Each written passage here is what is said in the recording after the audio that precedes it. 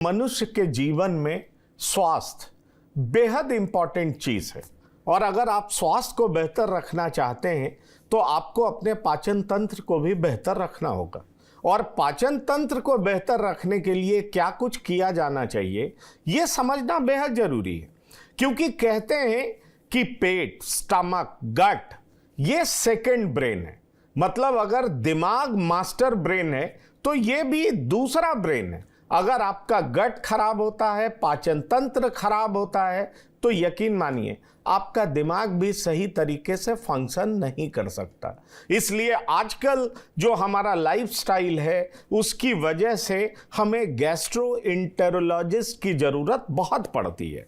और एक बड़े ही नामचीन गैस्ट्रोएंटेरोलॉजिस्ट हमारे साथ हैं, डॉक्टर कपिल शर्मा, जिनसे मैं आपका परिचय करा रहा हूं। वो हमारे साथ हैं और आज हमें बताएंगे कि एक मनुष्य को स्वस्थ रहने के लिए किस तरीके से अपने पाचन तंत्र का ख्याल रखना चाहिए। सबसे पहले मैं टीवी 9 और पंकज जी का धन्यवाद देना चाहूँगा इस मंच पर आमंत्रण के लिए। मेरा नाम डॉक्टर कपिल शर्मा है, जैसा कि बताया है। तो आपको ये जानना जरूरी है कि बॉडी में एंट्री एंड एग्जिट पॉइंट आपका डाइजेस्टिव सिस्टम है। जो भी चीज़ आएगी, जो भी चीज़ निकलेगी, सारा यहाँ से ही। आप ये जानकर हैरान होंगे कि ट्रिलियंस ऑफ बैक्टीरिया हमारी गट के अंदर रिसाइड कर सकते हैं। जितनी आपके अंदर सेल्स नहीं है उससे ज़्यादा बैक्टीरिया आपकी गट में है। और कुछ गुड बैक्टीरिया और बैड बैक्टीरिया के बीच में एक कोऑर्डिनेशन बना होता है जिससे कि आपकी हेल्थ नियंत्रित होती है। यदि ये कोऑर्डिनेशन गड़बड़ होते ही आपको तकलीफ होना स्टार्ट हो जाती है। और दूसरी इंपॉर्टेंट बात मैं बताना चाहूँगा, आप बोलते हैं इम्यूनिटी की बात करते हैं, कोरोना आया सब लोग इम्यूनिटी की बात करते हैं। तो गट के अंदर जितनी इम्यून सेल्स होती है वो कहीं भी नहीं है। टोटल बॉडी की इम्यून सेल को एक तरफ कर दीजिए और गट की इम्यून सेल्स को एक तरफ कर दीजिए, यहाँ बहुत ज़्यादा इम्यून सेल्स होती है। इतने चेक पॉइंट होते हैं, आप कुछ भी खाते हैं तो there are so many checkpoint in gut, वो हर एक चीज़ को कंट्रोल करता है। लेकिन जैसे ही आपका ये चेक पॉइंट खराब हुए, आपको आपके खाने से तकलीफ स्टार्ट हो जाती है। तो अब क्या हो रहा है, औद्योगिक प्रवृत्ति बढ़ रही है, शारीरिक श्रम का अभाव हो रहा है। इस कारण से आपका और जंक फूड, कोला ड्रिंक ये सब बढ़ रहे हैं। तो जो कोऑर्डिनेटेड फूड है कि आपको इतना % कार्बोहाइड्रेट लेना चाहिए, उसमें भी कॉम्प्लेक्स लेना चाहिए, प्रोटीन लेना चाहिए, फैट इतना लेना चाहिए, वो सब गड़बड़ा गया है। अब जो भी अपनों को मिलता है, जो भी इजी अप्रोचेबल होता है, हम उसको ले लेते हैं और उसके दुष्प्रभाव हमारी बॉडी पर पड़ते हैं। और आप जैसे सेकेंड ब्रेन की जो बात की है कि बॉडी के अंदर जो हार्मोन होते हैं ना केवल वो ब्रेन को कंट्रोल करते हैं, वो गट को भी कंट्रोल करते हैं। तो देखा होगा यदि लोग चिंता करने लग जाते हैं उसी टाइम उनको लूज मोशन होते हैं। ये इसलिए होते हैं कि कुछ हार्मोन रिलीज होते हैं बॉडी के अंदर, जैसे ब्रेन वो काम करते हैं गट पर, तो उससे उनको डायरिया होने लगता है। तो एक सेरोटोनिन ऐसा बहुत ही महत्वपूर्ण हार्मोन है जो आप सोचते हैं जब आपको चिंता होती है तो वो बॉडी में ब्रेन से निकलता है लेकिन एक्ट करता है गट पर। तो ये तकलीफ आपकी जुड़ी हुई है। यदि आपकी गट हेल्थ अच्छी है तो आपको अच्छा फीलिंग होगा, आपका ब्रेन भी अच्छा रहेगा, बॉडी अच्छा फील करेगी, स्ट्रॉन्ग फील करेगी। तो बहुत इंपॉर्टेंट है कि गट हेल्थ को कंट्रोल करना और गट हेल्थ को मेंटेन करके रखना, ये दिनचर्या के लिए बहुत ही इंपॉर्टेंट है।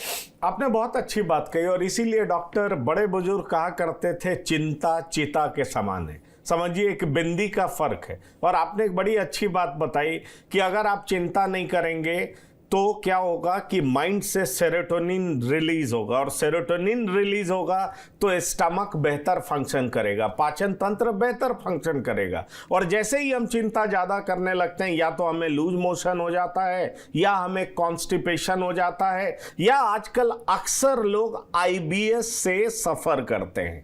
IBS इरिटेबल बॉबल सिंड्रोम जिसको कहते हैं। इनफैक्ट मैं आपको बताऊं तो मेरी बहुत सारे लोगों से बात होती है, चाहे आजकल वो मीडिया में काम कर रहे हो, IT में काम कर रहे हो, अलग अलग सेक्टर्स में काम कर रहे हो, उनकी सबसे बड़ी प्रॉब्लम होती है कि सुबह कैसे वो अपने पेट को साफ कर सके।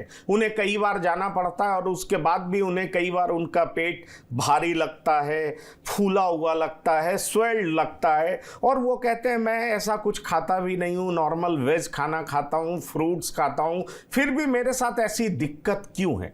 तो सवाल ये है कि आजकल अक्सर लोगों का IBS से पीड़ित होना, आजकल अक्सर लोगों का पेट फूला रहना, आजकल अक्सर लोगों का पेट की बड़ी समस्या रहना और जिस वजह से वो अपने ऑफिस में भी अपने कामों में भी प्रॉपरली कंसंट्रेट नहीं कर पाते, क्योंकि आपका पाचन तंत्र ठीक नहीं होगा तो आपका कंसंट्रेशन भी ठीक नहीं होगा। और आप जैसे विशेषज्ञ बताते हैं कि पेट और दिमाग का बड़ा ही अन्योन्याश्रय संबंध है। अगर आपका दिमाग खराब है तो पेट भी खराब होगा, आपका पेट खराब है तो दिमाग पर भी असर पड़ेगा। तो मैं यही पूछना चाह रहा हूं कि ये आईबीएस जैसी गंभीर बीमारी को कैसे टैकल किया जाए और ये होता क्यों है?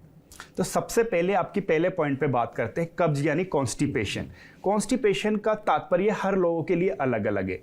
कोई फील करता है कि मुझे मोशन हो नहीं रहे हैं, उसको कॉन्स्टिपेशन समझता है।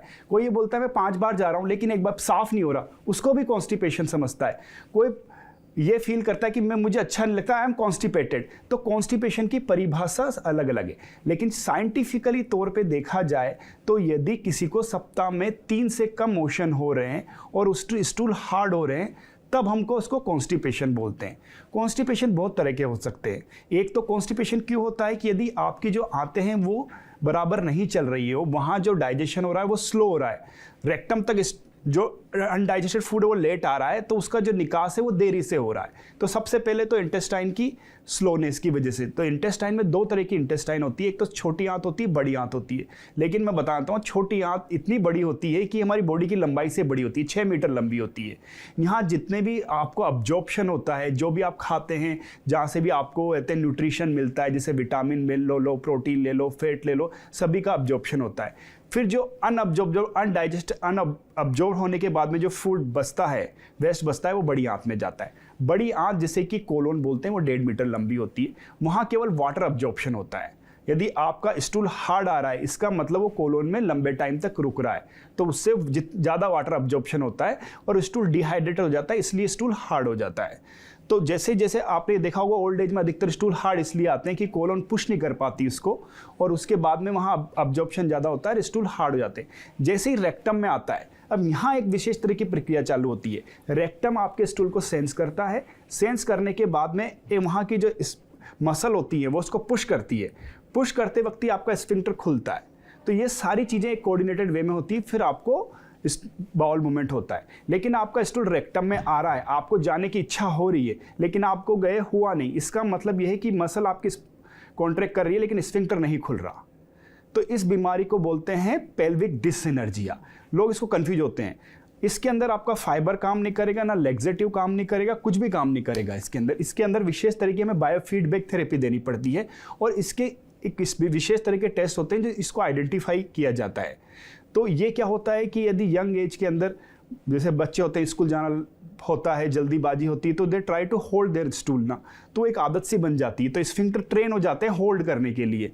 तो जब उनको होल्ड नहीं करना होता तब भी वो होल्ड करते हैं, तो ये कोऑर्डिनेशन बिगड़ जाता है। तो यहाँ होता है ट्रीटमेंट होता है कोऑर्डिनेशन को ठीक करना। इसके लिए एक एनोरेक्टल मैनोमेट्री की जाती है। मैनोमेट्री से ये बताया जाता है कि रेक्टम के अंदर कितना प्रेशर बना हुआ है लगातार, और उसके साथ साथ में स्फिंक्टर कितनी देर में खुल रहा है, और दोनों के बीच में कोऑर्डिनेशन में कोई गड़बड़ी तो नहीं है। इसको 4 टाइप 1, 2, 3, 4 में डिवाइड किया जाता है, फिर उसके हिसाब से बायोफीडबैक